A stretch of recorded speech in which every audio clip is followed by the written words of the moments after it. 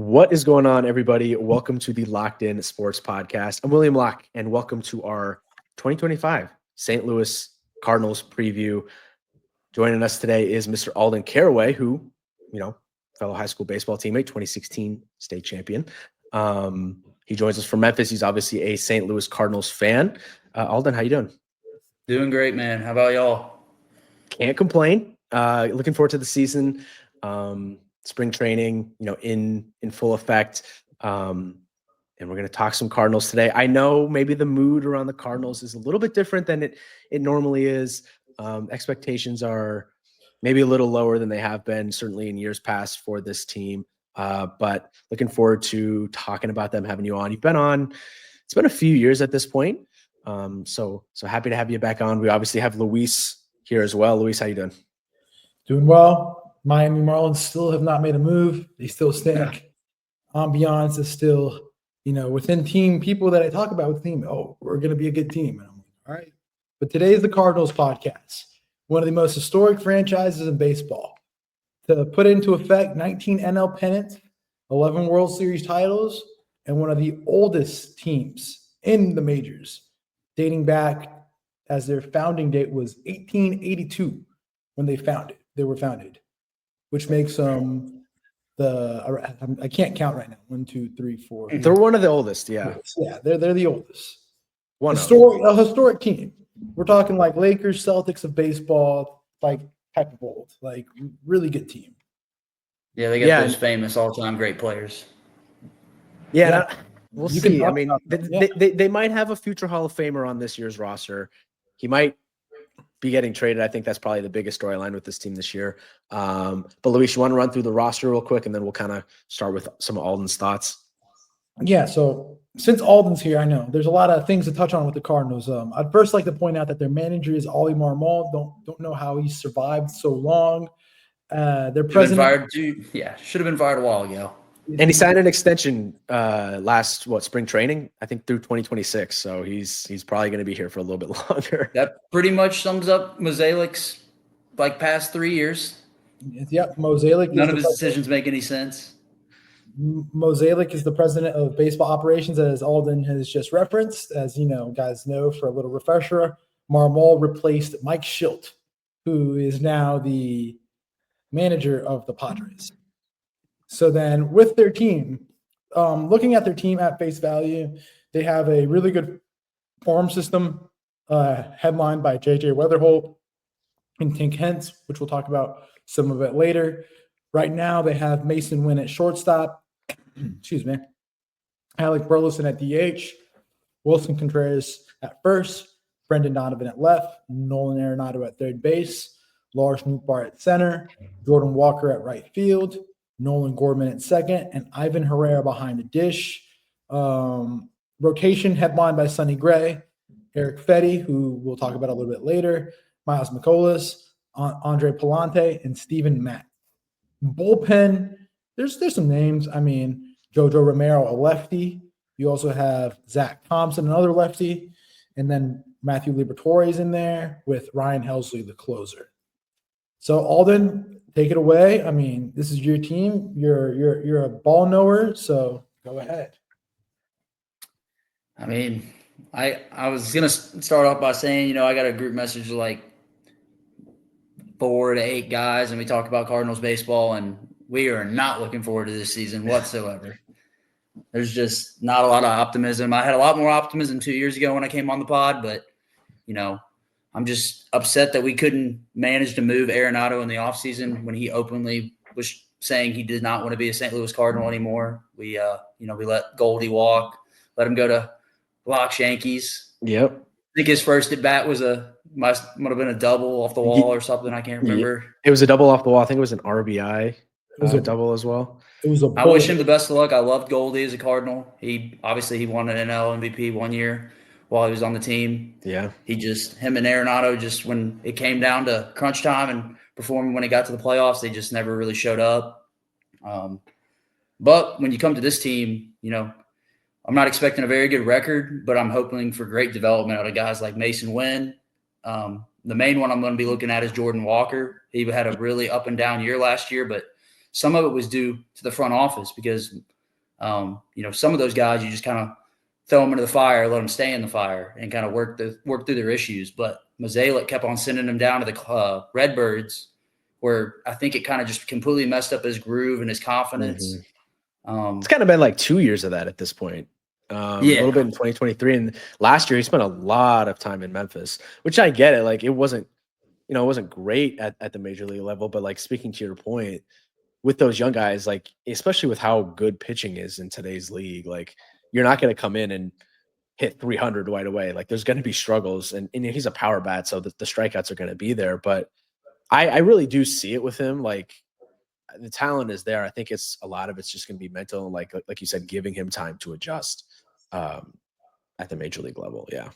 Wasn't he another year too as well? Didn't he get hurt at some point this last year? Yeah, he had like a minor little injury stint, but for the most part, he's kind of stayed healthy. But that kind of did derail a little bit of his production at one point. One person, go back to like one of y'all's last pods y'all made for the White Sox. He kind of reminds me of Robert in the outfield, just kind of a very similar player comparison. Big bat. Still with if he can develop into a big time hitter like that with the long ball, he can have a really good career. But that's just kind of a similar player comp that I see. I see it. Yeah.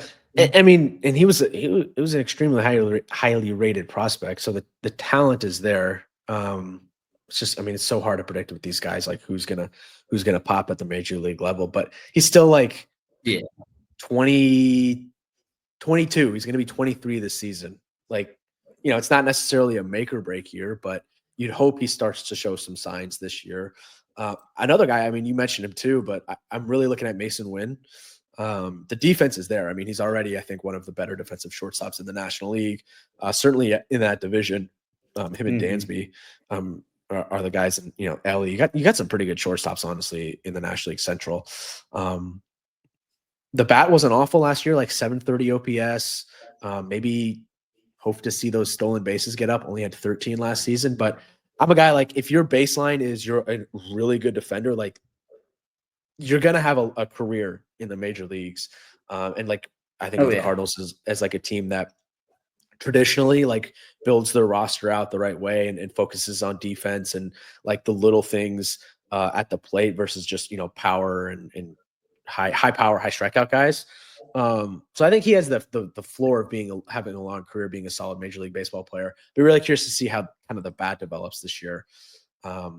As it's clearly, according to everything the team has told us and Mozeliak, that they're looking to trim payroll and develop the youth, which I just don't know if the Cardinals are really ever a team that should be doing that. And no, I agree. I sense clearly among like just reading the tea leaves among the fan base, like there's some frustration there right now. How's your Cardinals group chat like feeling? I know you guys said you're not excited for the season, but are you guys frustrated with kind of where the organization is going right now? Oh, 100%. Our group chat name is Fire Mama, and it has been for like a year. Me and Luis have been on that for quite some time. I don't ever want to call for a guy's job, but it just seems like he kind of lost the locker room at some point. I think it was in the 2023, maybe 2024 season. No, it was the year. I'll tell you what year all that it happened. It happened for me back 4th of July, not last year, but the year before when they played the Cardinals here in Miami, and they lost like 16-4. Like it was Marlins running out like their fifth outfielder, and they were just going. And like I turned that one off pretty early. You remember that game, William? It was like 4th of July. Vaguely, yeah. The guy blew out his ACL, then they put out their fourth outfielder, and like he still like they still raked that game. And so I've been out of the Marmol, and it kind of presents me a question to you, Alden, which I know you have your opinions in regards to Mozeliak and Marmol, and like just the system in general. You've seen the Cardinals have great talent in the minors. You've seen Harrison Bader. You've seen Dylan Carlson, Tyler O'Neill all come up and like be very respected. At one point, they were a part of a Juan Soto package before he was traded for the Padres. But we've kind of seen those guys really not develop. And so my question to you is, do you believe this season, do you believe in the Cardinals front office and like just coaching staff to be able to develop these guys into quality MLBers? Because to me, I don't see that. And the other question is, when was the last time y'all actually developed a pitcher, like a legit, like 2-3 frontline pitcher? Exactly. Yeah, no, I do not have any confidence with that whatsoever. I think they had a longtime pitching coach that was actually really good. He'd been with Wainwright for the longest time, and they just let him walk like 1 or 2 seasons ago, and he ended up going somewhere pretty big and has been successful. But that's been the one major flaw in Mosaic's tenure the past, decade. He's traded for the big guys like Arenado, Goldie, Marcell Ozuna. But the one problem the Cardinals have always had, here recently at least, is their rotation has just not been anywhere close to top tier in the MLB. Yeah, I mean, they suffer, especially in the NL wild card game where they played the Dodgers and they lost 4-0. And they played the Phillies a few years back, and that they got swept at home. Mm-hmm. It just kind of seems like a whole issue with I don't know where it falls, if it's a Marmol thing or is a Mosaic thing, because you are acquiring talent, but then you're letting the wrong talent out the door, or you're letting the wrong coaches out the door. With Mike Schilt, it was philosophical. Yeah, I was not very, very upset with that because, the Cardinals, on his, last season, they went on like a historic run the past, what was the last 25-ish games? They won like 20 of them or 19. They won like 19 straight or something crazy. Yeah, they were good. And like you said, Luis, I think there was something like philosophical differences they claimed between the front office and Schilt. They probably just didn't like him, and they're like, yeah, we don't. He doesn't align with what we're trying to do. Maybe he had too much say, and they wanted the front office to kind of take over, like how we see with so many organizations now, just relying on the analytics and kind of the front office making the calls for the manager. Maybe it was one of those things. And between that, I also would like to ask, it's like, I feel like, who's your leader in the clubhouse now?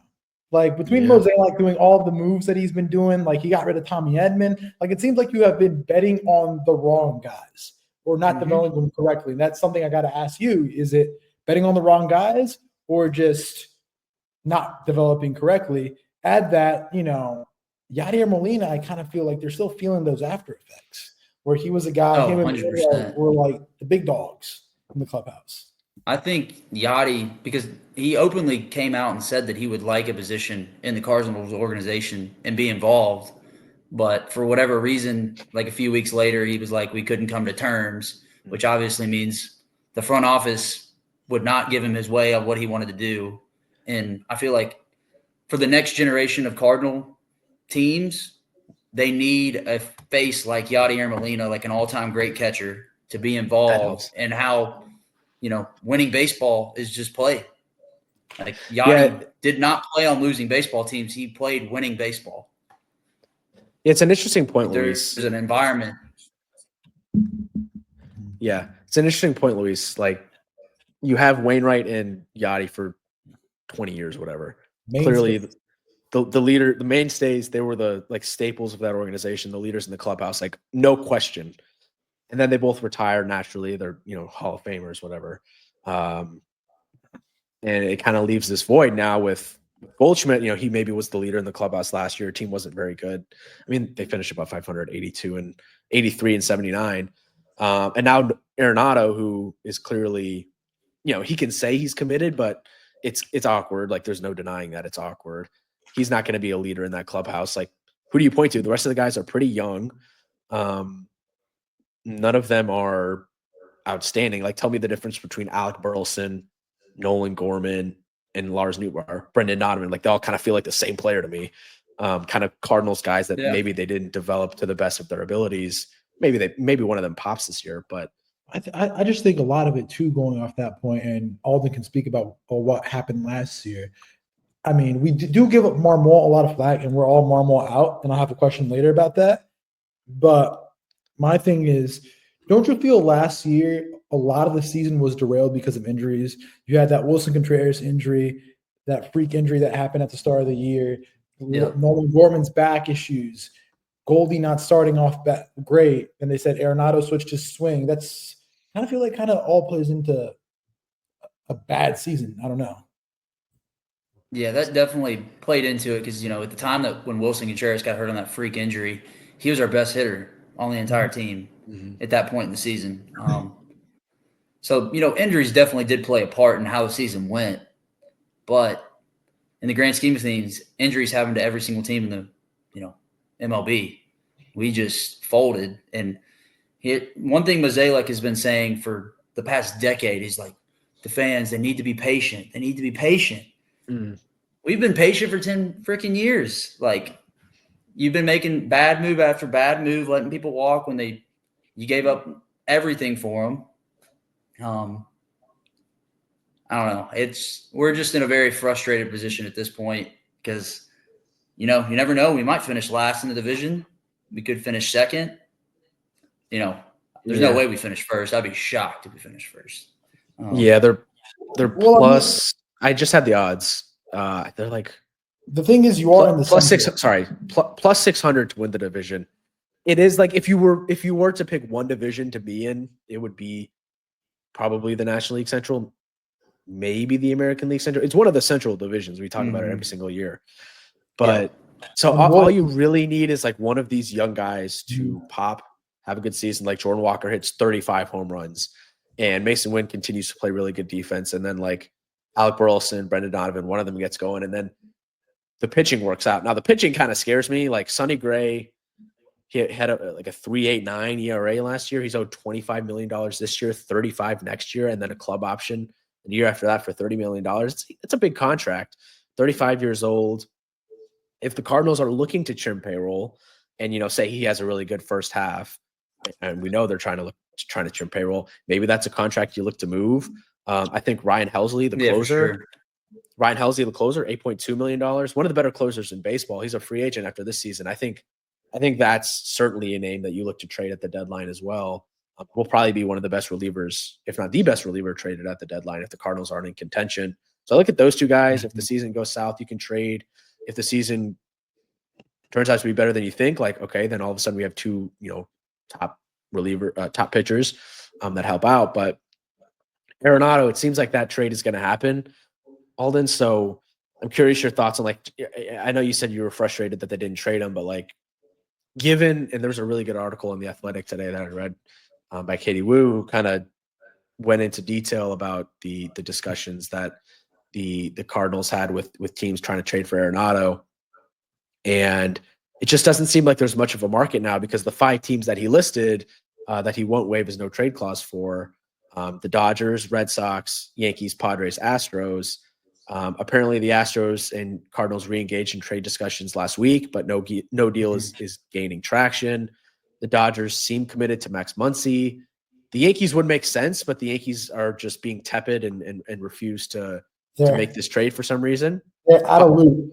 They're out of loop, according to John Heyman. Out of loop.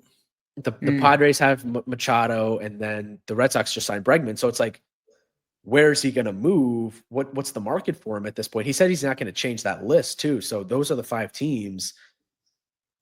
The situation is going to get weird, but I mean, as a Cardinals fan, do you care where he goes? Do you care what you get back for him at this point? I mean, yeah, you'd like to, just because of like what you originally traded. You traded hoping what you were going to get, but like you said, after naming off all those teams that he would waive his no trade clause for, they don't need him. I mean, he'd have to be willing to change positions, which I don't know if he'd want to, considering he's one of the best, throughout his career so far. He's been one of the best defensive third basemen in the history of baseball. But his past year and a half, he's completely tanked his, trade value. So it is kind of a toss-up of, what can you get? What can you salvage? Yeah, it's just what it is at this point. It's a weird deal, because you have the Cardinals paying that deal, you got the Rockies paying some of it, and then you have whatever team he gets traded to. If he does get traded, it's going to be paying for some of it. It's not a ton of money in the grand scheme of things for like teams that are willing to spend money. It's 21 this year, and then 16 and 15. The defense is still there. The bat, like you said, is taking a step back. I don't really think there's any way to sugarcoat it. So are you paying for? And he's aging too. So are you paying for a defensive third baseman that, with age, he could lose it there? I wouldn't bet on that. He said he's willing to play first base. I don't know. I mean, it seems like there's some hesitancy amongst the teams that are rumored to, or the teams on his list at least. I don't know, Luis. What are your thoughts on this? I know we've been texting about it a lot, but I mean, the whole Arenado deal, it kind of falls down. It's like the Red Sox don't make sense. The Yankees make a lot of sense, but then you go into the fight of, the Yankees don't want to spend the whole Marcus Stroman situation, which we can talk about later, and just in all, it's just kind of like a scenario where, in all you can agree with this, it's kind of a detriment to y'all's plan. Whatever plan Mosaic has, it's kind of like he wants to let these young guys, develop and grow. And I mean, we've watched a little bit. I've watched a little bit of spring training. You got JJ Weatherholt, tearing the cover off the baseball right now. Walker's hitting the ball really well. I've also read that they may try out Nolan Gorman at third. So it's just like the one thing that the Cardinals team has this year is that there's a lot of versatility with those guys on that roster. I mean, Brendan Donovan's very versatile. Yep. And when you look at the whole Arenado situation, it's kind of like a situation where the longer he's there, it hurts the team more because it impedes on that plan that you guys have set forth for this year. And the only team that makes sense off the list is the Yankees. Because the Astros, I don't think the Astros really do make sense because the Astros are just like, he says he wants to go play in a World Series, he wants to go win a World Series. You're not winning the World Series with the Astros. No. Like I don't think you win. I don't think they win division, or I don't think they're a wild card team with how loaded other AL teams are this year.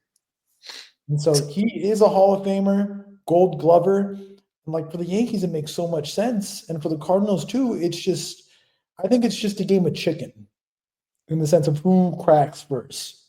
One team I would think that would be a really good fit would be the Angels. He is an Orange County, LA area guy. The Angels lost Anthony Rendon from third base.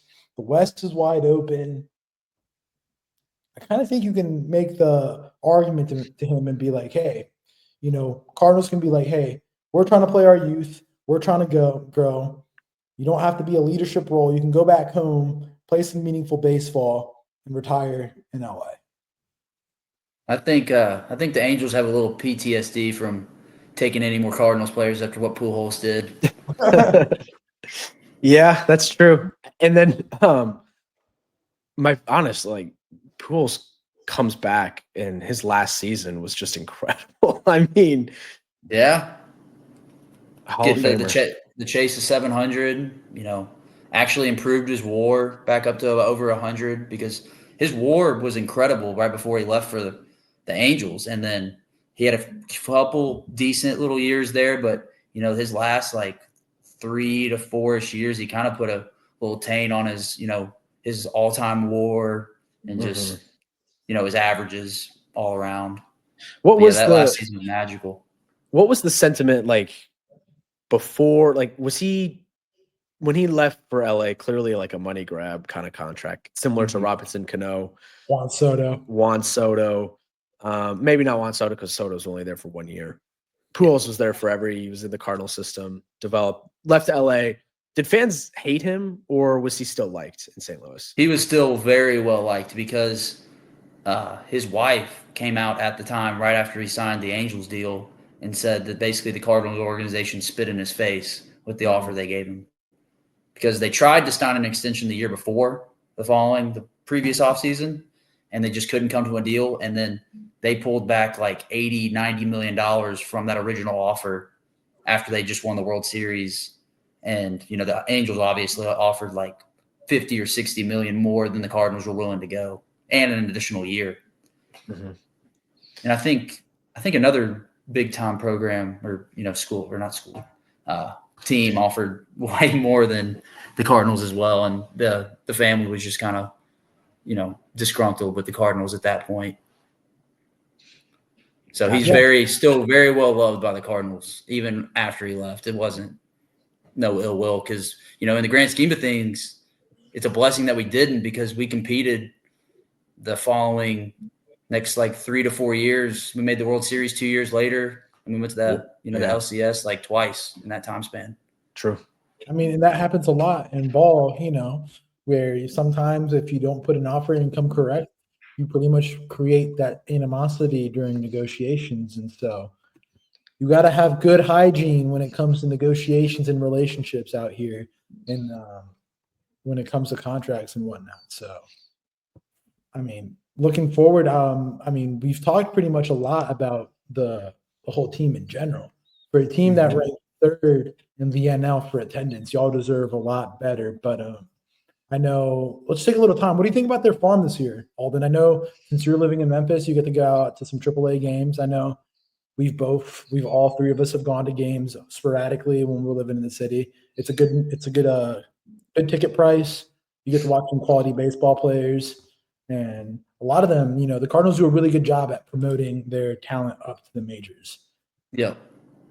Yeah. So obviously, JJ, he's still in single A, but with how he's hitting and how he's developed so far, I mean, I wouldn't be shocked if I saw him in AAA in the next 3 to 4 months. When the season starts, actually. But obviously, we got some other guys down there. Quinn Matthews is in AAA, and he's one of our, better pitchers that we have in the minors. He actually won MLB Pitcher of the Year in the minors. So, we'll have to see how he progresses. But the one person I'm keeping my eye on is Tink Hentz, who's in Double. I'm a big Tink Hentz guy. Yeah, I love Tink. We're big Tink Hentz guys. I was watching him and Roby and the dude that Gordon. Yep. I don't know his last name. So, but Tink Hentz. Yeah, he had like a 2.70 ERA or something last year. You guys have pitching prospects. We'll see if any of them develop at this point. I mean, we had in the past good pitching prospects too. I mean, it's worth noting, Mosaic traded Sandy Alcantara for Marcell Ozuna and then let Marcell Ozuna walk 2 years later. And he won. Traded Randy Arozarena. I can't remember what that deal was. Randy Arozarena as well. So I think it was a part of the Matthew Liberatore trade that they swapped. Yep. But let me just ask you the question before we continue. Granted, another bad season. You think Mosaic's probably out in your opinion? Oh, he's gone. His contract is. His contract expires after this year, and Chaim Bloom is taking over. So you have this kind of interesting scenario where Chaim Bloom is there. He's been there. He's not running the show this year. He's just kind of under Mosaic's wing, I guess, learning. I mean, he was in Boston. I'd hope not learning. But at this point, I kind of just wish they would just clean slate. Go out. They have a great. It's the Cardinals. They have a great brand of baseball. Who wouldn't want to come take the keys to the St. Louis Cardinals and try to do something with it? I mean, the thing is, I think it's a bonus right now. And I'm going to ask you this next question that, you guys went outside of the organization because Mosaic worked under Walt Jocketty for all those years. So it's kind of been within the family. And now you kind of went to the Boston Red Sox. And I mean, Chaim Bloom was a guy who worked in Tampa from 05 to 19. So now, assuming the season goes south, Marmol leaves. Which candidate do you interest you more, Skip Schumacher or Yadier Molina? Ooh. I bring up Skip because I got to watch a lot of bad. He's a Cardinal. A lot of Miami baseball, and for what Skip did with the little that he had, he did a lot with it. And then you have Yadier Molina, who you've talked about, and he is revered in Puerto Rican baseball. He's pretty much holding a dynasty right now, a stranglehold on the Puerto Rican Winter Baseball League. So he, ever since his retirement, he just goes and manages and wins. Don't forget about his basketball. Oh, his basketball team does cook. Yeah. Remember, he left. Well, I mean, I can't remember if he got injured or he had a few days off. They gave him a few days off, but he flew all the way back to Puerto Rico and he just watched his basketball team and just completely left the team. I remember that. They wouldn't let anybody else do that. Yeah. That's a tough call. I mean, Skip obviously is a former Cardinal as well. For what he's done at the Marlins. Obviously love to have him. But the same thing with, Yachty. He wants to be here. He wants to help the Cardinals transition into the next generation of winning Cardinal baseball. My whole thing is I don't know if I want to just let Yachty take over as the manager, after being a few years out of the Cardinals organization, whereas Skip Schumacher's been still in MLB. He's been an assistant under a couple other people, finally gets his foot in the door, doing a good job. So, right now I'd lean Skip, but you never know what Yachty's going to end up doing. Yeah, no, he managed the Puerto Rican team in the WBC, and he's he did beat the Dominican once, and I mean that's a feat in itself at the WBC. I mean, we did lose Edwin Diaz to a poor celebration, but man, like you said, his basketball team and his baseball team, they cook out there, I mean, yeah, catchers make great managers. We saw Stephen Vogt step in last year in Cleveland and won the division, made the ALCS. So I think either would be good choices. Marmal's still got 2 years left on the deal. Knowing the Cardinals, are they going to be willing to pay that buyout when they're rebuilding? I don't know. I think it would be smart to do so because I think, Skip he's on the open market right now. I think he's probably going to get a job after this season. So either would make good managers. I don't know. This team's not too much hype around the team this season. Let's get to the over-under, make our predictions. The total sits at 77.5 right now on DraftKings. Not a sponsor of this podcast, but they could be if they wanted to. Last year, they went 83-79, finished second in the division, only 10 games back. Well, that's a lot. So 77.5. Alden, we'll start with you. Where are you going? Over, under? Under.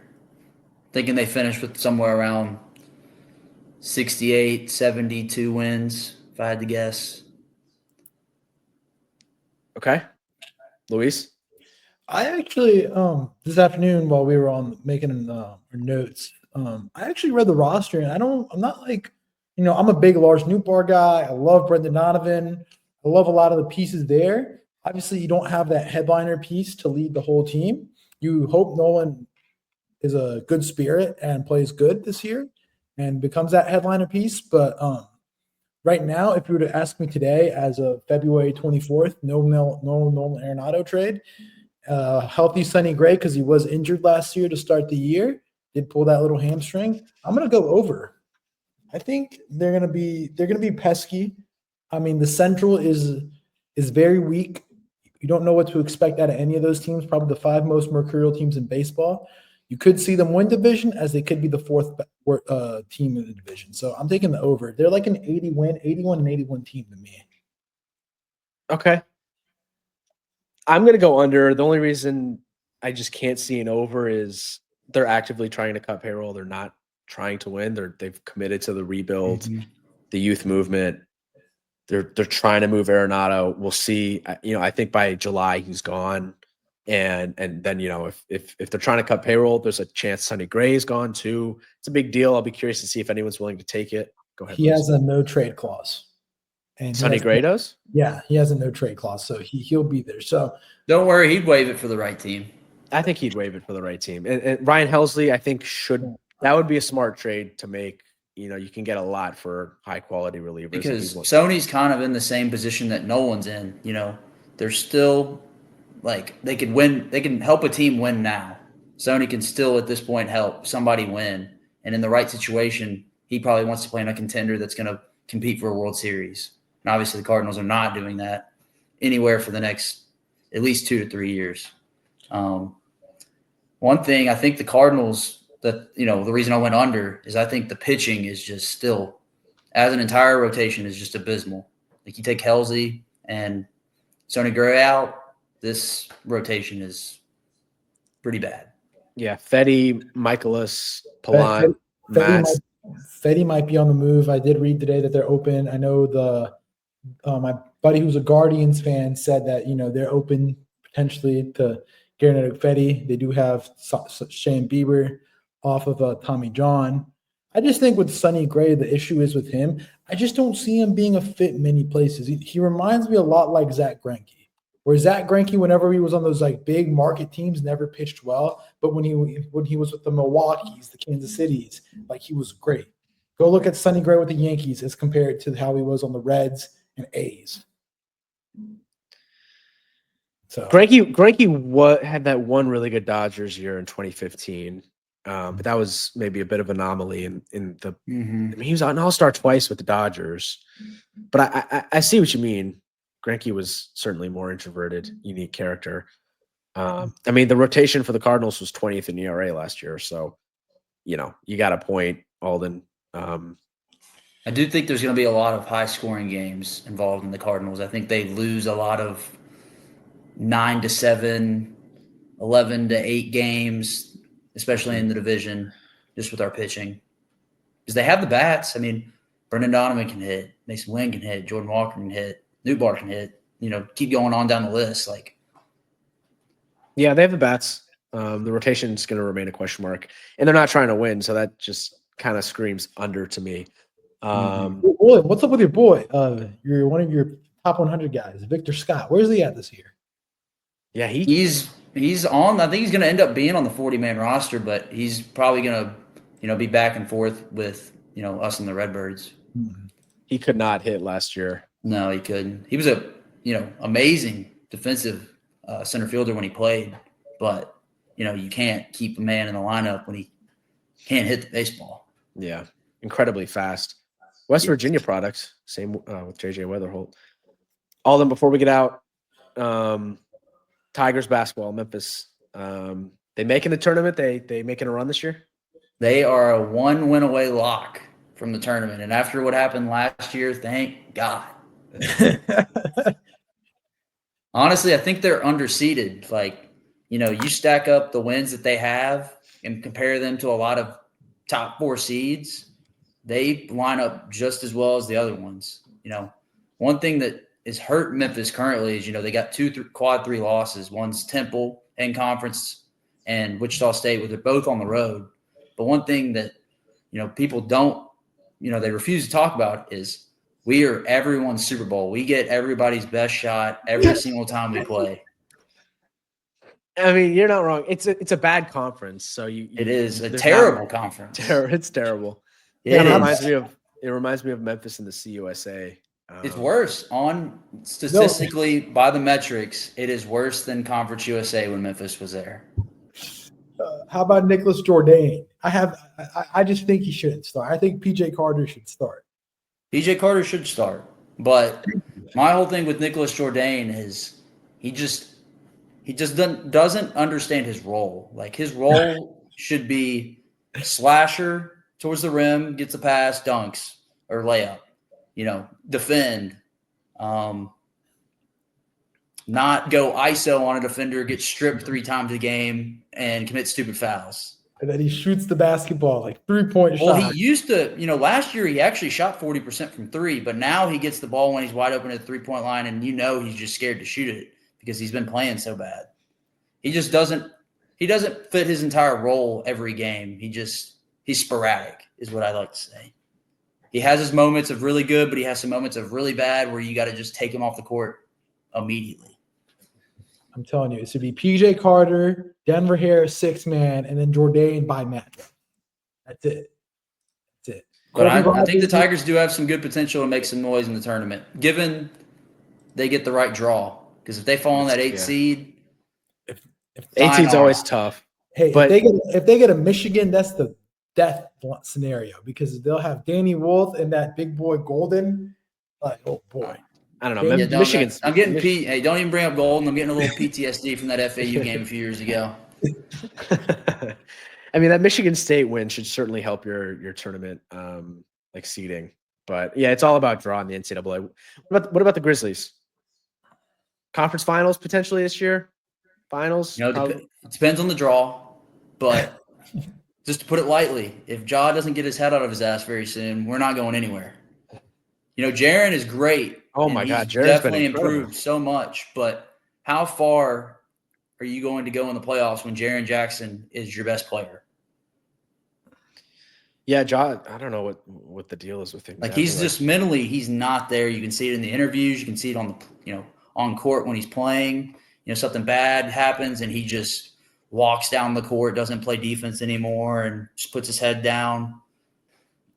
he's just not – he doesn't look like he's being a great teammate. Hey, I did hear on the Club 520 podcast, Jeff Teague's podcast, a trade scenario where they would swap Trae Young for John Morant. Potentially. No chance. No chance. I've been telling people the Grizzlies front office are not going to entertain trading their big three, a.k.a. Jaren, Bane, and Ja, at least for another 2 to 3 seasons. Like after the end of next season, they might start listening to offers depending on how the next 2 years go. Like if the next 2 years end in first round exits or, the only farthest they win is the semifinals, there's going to be some discussions internally because they have one of the best benches in the NBA. They have some of the best net ratings in the NBA, but, you got to put it all together when you get to the playoffs. That's when crunch time happens. And then the big thing is money. I mean, Santi's great. I love Santi. I love the way he plays. He's probably one of the best 4-man stretch fours in the league. The only thing is like he has such a condensed role with the Grizzlies. I love Santi. Love the Jalen Wells guy. I'm happy that they got rid of LaRavia, man. I was the biggest anti-LaRavia guy. Who else they got? Jenkins loved LaRavia. He would play him. He would play him over Ja if he had to. No. Our group chat, like when I would watch games, it'd just be fuck LaRavia, screw LaRavia. Like, I will give it to him. That man was hooping this year. He really low key was hooping this year. Yeah, I actually do wish him the best of luck. I was in on the LaRavia train this year, but I don't know. It just feels like the Grizzlies probably not in that ring of teams that can actually win the championship this year. Like you said, like a lot of it is draw. I think, if you're the 3 seed instead of the 4 or 5 seed, that makes a huge difference because you don't get OKC until the conference finals. And, who knows, maybe someone on OKC gets hurt and they miss out and you get somebody else in the conference finals. Yeah. Try to avoid Denver. I feel okay about playing pretty much anybody else. I mean, Houston doesn't scare me. Minnesota maybe wouldn't be fun. The Lakers Lakers would be tough. You're trying to play the Lakers? You're trying to play LeBron James. I would play the Lakers. Y'all don't understand. I've had this conversation. LeBron James is like Cinderella. All he needs is the slipper to the dance, and it's game over. Like, it doesn't matter where. Let me tell you, let it come crunch time in the playoffs, and you have LeBron as your center at 40 years old, that's going to be a problem. But it's LeBron. I know, like him and Luka can get plenty of rebounds, but Jaren is going to barbecue chicken Jackson Hayes every possession he gets. He just is. This is the same fan base. I'm not saying you, but this is the same fan base 2 years ago when I was living out here. That my whole Twitter feed and my whole Instagram was like, "Oh, we got the Lakers. We want the Lakers." And what happened? No. As soon as Steven Adams went down and we drew the Lakers, I told people we were losing this series. Steven Adams was a very, very integral part of why we were good. You are a ball knower. I'm saying not you, but I'm just saying certain people. I'm not calling William out, but I know certain people in our group chat are like, "Oh, we got the Lakers." So we got the Lakers. I don't think I wanted the Lakers. Maybe I was projecting that, but I didn't want Dylan Brooks to pour honey all over LeBron and poke him.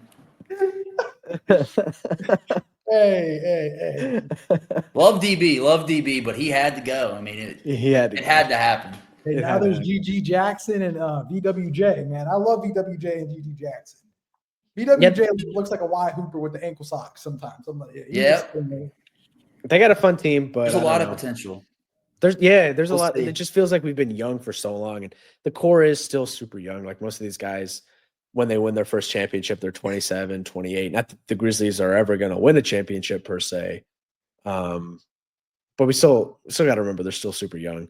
I hope we get out of the first round this year, though. Thing we got to keep an eye on is Jaren, and the reason I say this, we obviously want Jaren to be as good as possible, but if he gets Defensive Player of the Year or makes All-NBA, which at the current moment he's on pace to get both, he's eligible for a 5-year, $345 million extension.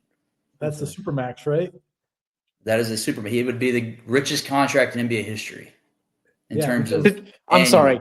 Jaren Jackson Jr. getting the richest contract in NBA history is just ludicrous. He's been an All-NBA guy this year. I agree. Incredible.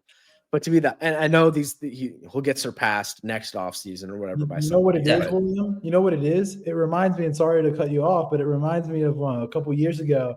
And I know Alden, you know this very well. Don't tell me you're going to say Mike Conley. Exactly, Mike Conley. Mike Conley was on the jet to Dallas, and they gave him the whole freaking max, and it was the richest contract at that point. So yeah, Mike Conley contract. Mike Conley, Grizzlies legend. Obviously we want Jaren to be good, but it might come at a price because that's adding like $150 million to what his extension would be if he didn't make those, get those achievements, and that down the road that handicaps how good your team can be depth wise. Mm-hmm. Yeah, and then you got the whole Wemby thing. Because Wemby was leading DOPY, but now he's not eligible, and guys not eligible for Supermax for reasons. And I have a story on that off pod that we can talk, but regardless. He just had to be token his Glock, man. Yeah, but there's other things we will talk off pod. So fair. All right, Alden, this was fun as always. If anything big happens, maybe when the Arenado trade happens, we'll have you on. Alden and I are under. Luis is over. Any final thoughts, Alden, before we get out of here? Just develop. Hopefully these guys turn into some good MLB players. Be looking on the lookout for Jordan Walker, Mason Wynn, see if he continues to develop into maybe an elite shortstop. Develop your players. That's all I got to say. It is the most important thing. Luis, thanks as always. We'll be back. I can't remember who's next, but we'll be back tomorrow with another team. Yeah. Any final thoughts, Luis? Ready to go. I mean, it's a pleasure. Thank Alden for coming on, man. It's always a pleasure speaking to Alden, having him on the pod. He's a great ball knower, good personality to have on the pod. So I hope to have you back real soon.